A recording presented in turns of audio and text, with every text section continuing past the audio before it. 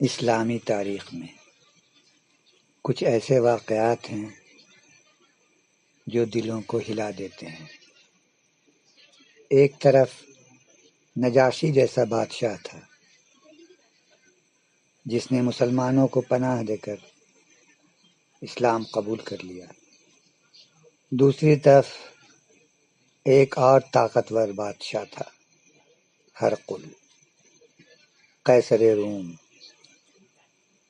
وہ ایک ایسا حکمران تھا جس نے نبی کریم صلی اللہ علیہ وسلم کی نبوت کو دل سے تسلیم کر لیا، ان کے پاؤں دھونے کی آرزو کی، مگر تخت و تاج اور رعایا کے ڈر سے کھل کر اسلام قبول نہ کر سکا۔ آج کی اس ویڈیو میں ہم تفصیل سے جانتے ہیں کہ ہرقل نے نبی کریم صلی اللہ علیہ وسلم کا خط کیسے پڑھا، ابو سفیان سے کیا سوالات کیے اور آخر میں اس نے کیا فیصلہ کیا۔ ہرقل کا پورا نام فلاویگس ہیراکلیوس ہے۔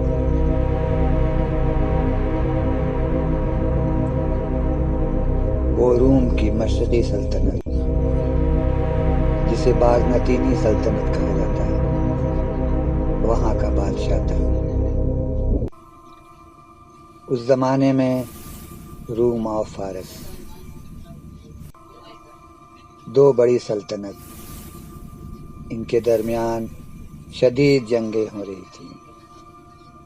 ہرقل نے فارس کے خلاف بڑی فتح حاصل کی تھی اور اسے بہت عزت حاصل تھی۔ وہ نہ صرف ایک بہادر سپہ سالار تھا بلکہ ایک عالم، ذہین اور انصاف پسند شخص بھی مشہور تھا۔ اسی دور میں مدینہ منورہ سے نبی کریم صلی اللہ علیہ وسلم کا ایک خط اس کے پاس پہنچا۔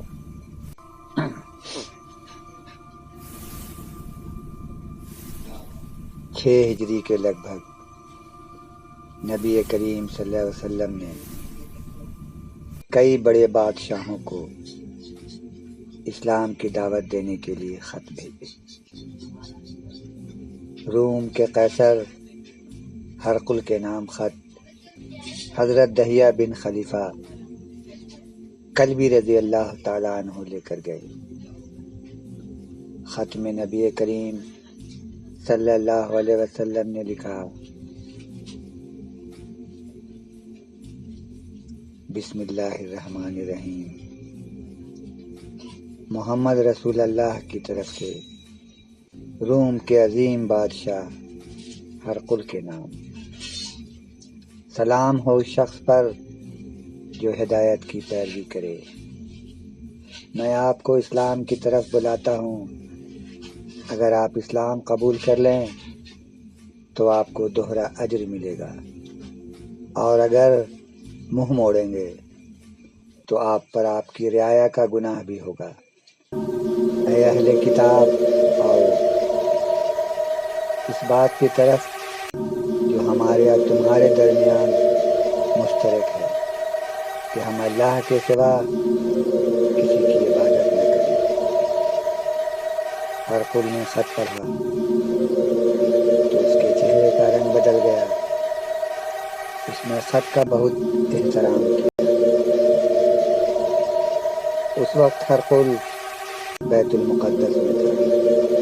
اس نے حکم دیا کہ شام میں موجود قریش کے تاجر جو تجارت کے لیے آئے ہوئے تھے انہیں دربار میں بلایا جائے۔ ان لوگوں میں ابو سفیان بن حرب بھی تھے جو اس وقت تک مسلمان نہیں ہوئے تھے۔ ہرقل نے ابو سفیان کو اپنے قریب بیٹھایا اور ان کے ساتھیوں کو پیچھے کھڑا کر دیا۔ پھر مترجم کے ذریعے پوچھنا شروع کیا کہ اس شخص کا نسب کیسا ہے۔ ابو سفیان نے جواب دیا، بہت اعلیٰ اور بہت شریف نسل ہے۔ پھر ابو سفیان سے پوچھا گیا، کیا اس سے پہلے کسی نے نبوت کا دعویٰ کیا تھا؟ ابو سفیان نے کہا نہیں۔ ہرقل نے پوچھا، کیا وہ جھوٹ بولتا ہے؟ ابو سفیان نے جواب دیا نہیں۔ پھر پوچھا گیا، کیا اس کے پیروکار بڑھتے جا رہے ہیں یا کم ہو رہے ہیں؟ ابو سفیان نے کہا، بڑھتے جا رہے ہیں۔ ہرقل نے پوچھا، کیا وہ غداری کرتے ہیں؟ ابو سفیان نے جواب دیا نہیں۔ پھر پوچھا گیا، کیا وہ جنگ میں بزدل ہیں؟ ابو سفیان نے کہا نہیں۔ جب تمام سوالات کے جواب مل گئے تو ہرقل نے ابو سفیان سے کہا، اگر جو تم نے مجھ سے کہا ہے وہ سچ ہے تو یہ وہی نبی ہیں جن کا ہم انتظار کر رہے تھے۔ اگر میں اس وقت اس کے پاس پہنچ سکتا تو میں اس کے پاؤں ضرور دھو دیتا۔ یہ سن کر ابو سفیان کا دل دھک سے رہ گیا۔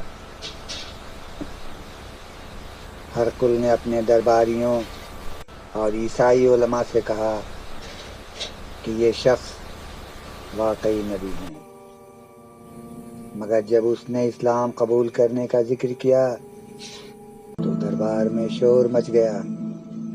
اس کے درباری اور پادری اسلام قبول کرنے کے شدید مخالف تھے۔ ہرقل نے دیکھا کہ اگر وہ کھل کر اسلام قبول کر لیتا ہے تو اس کی سلطنت اور تخت خطرے میں پڑ سکتا ہے۔ اس نے خوف سلطنت کی وجہ سے کھل کر مسلمان نہ ہو سکا۔ بعض روایت کے مطابق وہ خفیہ طور پر مسلمانوں کے حق میں تھا مگر اعلان نہ کر سکا۔ ہرقل کا واقعہ بہت بڑا سبق ہے۔ دل سے حق کو پہچان لینا کافی نہیں جب تک اس پر عمل نہ کیا جائے۔ نجاشی نے حق کو پہچان کر عمل بھی کیا اور اسلام قبول کیا۔ ہرقل نے حق کو پہچانا مگر عمل نہ کر سکا۔ یہ واقعہ ہمیں سکھاتا ہے کہ تخت، حکومت اور دنیاوی عزت کبھی کبھی انسان کو حق سے روک دیتی ہے۔ آپ اس واقعے کے بارے میں کیا سوچتے ہیں؟ کیا ہرقل کو آپ کے نزدیک معاف کیا جا سکتا ہے یا نہیں؟ کامنٹ میں ضرور بتائیں۔ اگر ویڈیو پسند آئی تو لائک کریں اور شیئر کریں۔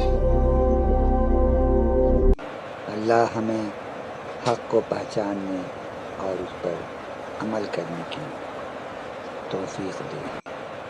آمین۔ والسلام علیکم ورحمۃ اللہ وبرکاتہ۔